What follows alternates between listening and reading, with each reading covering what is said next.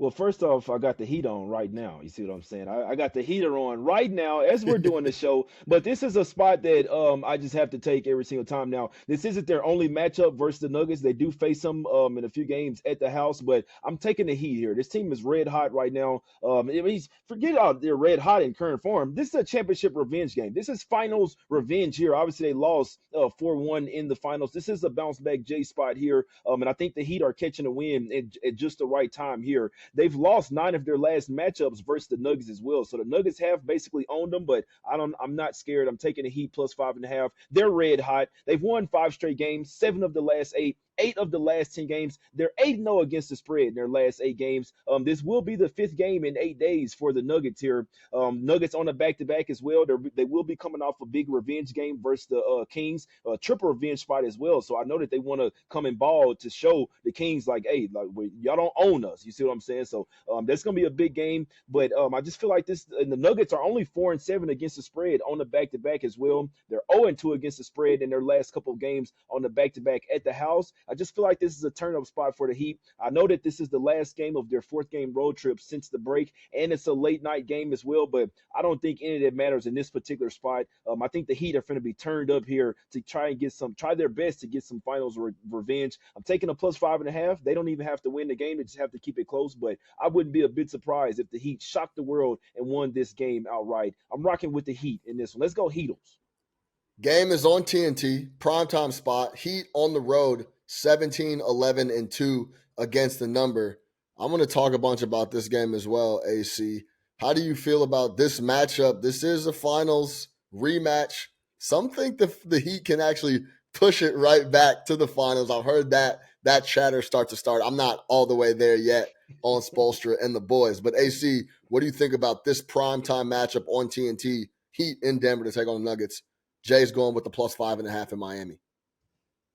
Yeah, we talked about this a couple weeks ago, right? When the All-Star break hits, everybody knows that's when the season really, really begins. Everything before that was nice. Everything before that was a little feeling out of each other. Let's try to stay healthy, all that kind of stuff. Now we're getting into playoff light like atmosphere, right? It's close to postseason, and that's when Miami plays their best. That's when Coach Spo coaches his best as well. And Jay mentioned it, and he laid it out awesome. Like, this is a revenge spot from the finals. They got embarrassed in the finals.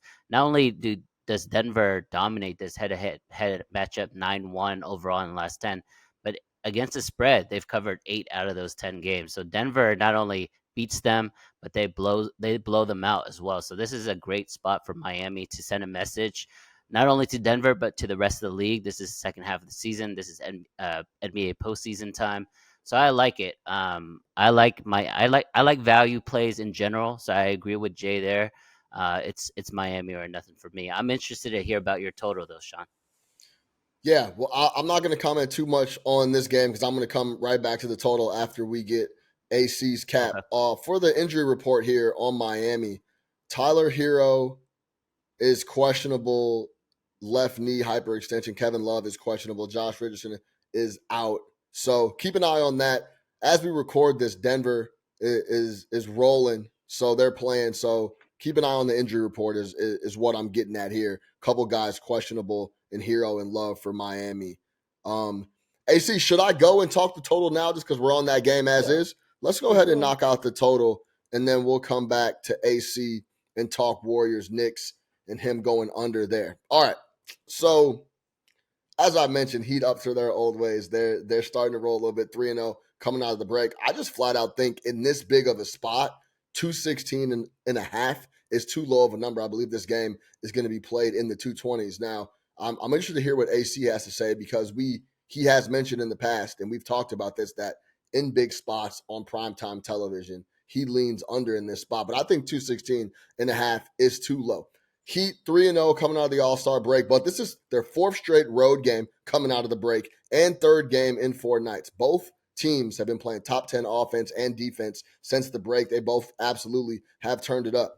Nuggets since the break, 2nd in offense, 3rd in true shooting. Miami 10th in offense, 7th in true shooting. Nuggets 11th in pace. Now the Heat are towards the bottom of the league in pace, but I believe the Nuggets at home and being an overall better team have the leverage in this spot, and they're going to get the Heat to play at a little bit higher pace than they may feel comfortable. And I also think that creates maybe potentially some opportunities for Miami to turn it over. I just there's a lot of things pointing at me for this to go over. Now, the ATS totals and trends are not good. I'm going against big time grain here. Heat on the road, 9-21 to the under. That's 70%. That's best in the NBA. Nuggets at home, 11-16 to the under.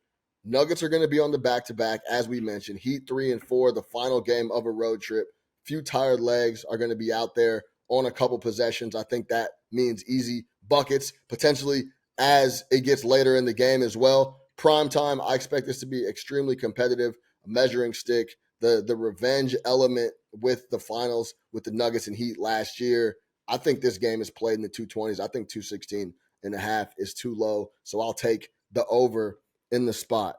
AC, talk to me about the total. Talk to me about my cap, how you feel about it. Like, as I mentioned, I know in bigger time spots, you lean under. What do you think here? Yeah, I have a couple comments. One is Denver's going to be playing tonight, right? They're playing one of the fastest teams in the league with the Kings. Kings are there to really push the pace there. I know it's high elevation there, but I wouldn't worry about that because the Kings run all the time, which means Denver is going to be coming off a game where they might be having to run up and down, maybe an extra 20, 30 possessions a game. So I could see some tired legs there in the second half, which might lead up to some easy baskets for Miami. So that makes sense. The other thing is the elevation point. Everybody talks about elevation in Denver, but the caveat is you don't have to worry about fitness or fatigue or any of that when we talk about Miami, right? They're when we talk about heat culture and all that kind of stuff, they're always working out. They're always, testing their lungs, things like that. So I'm not worried about them getting tired legs in the second half with that elevation. I think they'll be just fine. So I agree with you, Sean. I mean, I I like the over on the first TNT game, right? So I mean, I like the under in the first TNT game, so I like the over on the second one, right? One under, one over, something like that. Yeah, a little NBA on TNT. J Money, you know what I'm saying? Any thoughts on the total here in this matchup? Look, J Money. I think at the end of the day, the numbers support it for me. The trends do not. I think in this matchup, it's going to be extremely competitive, and I think offensively, Denver's going to have success, and Miami's going to be able to keep up to try to keep it competitive, which pushes it into that 220 number-ish number. Yeah, that's a fact. Yeah, I can't talk you off the over here. I'd lean more towards the Heat team total over in this one. I think this team is a lot better offensively than the Nuggets, than the team that the Nuggets saw last year. I mean, they got Terry Rozier, who's starting to look like his old self now. He said, "I'll do whatever. I'll play whatever position in this offense. I just want to win." I mean, imagine going from the Charlotte Hornets to the Miami Heat here.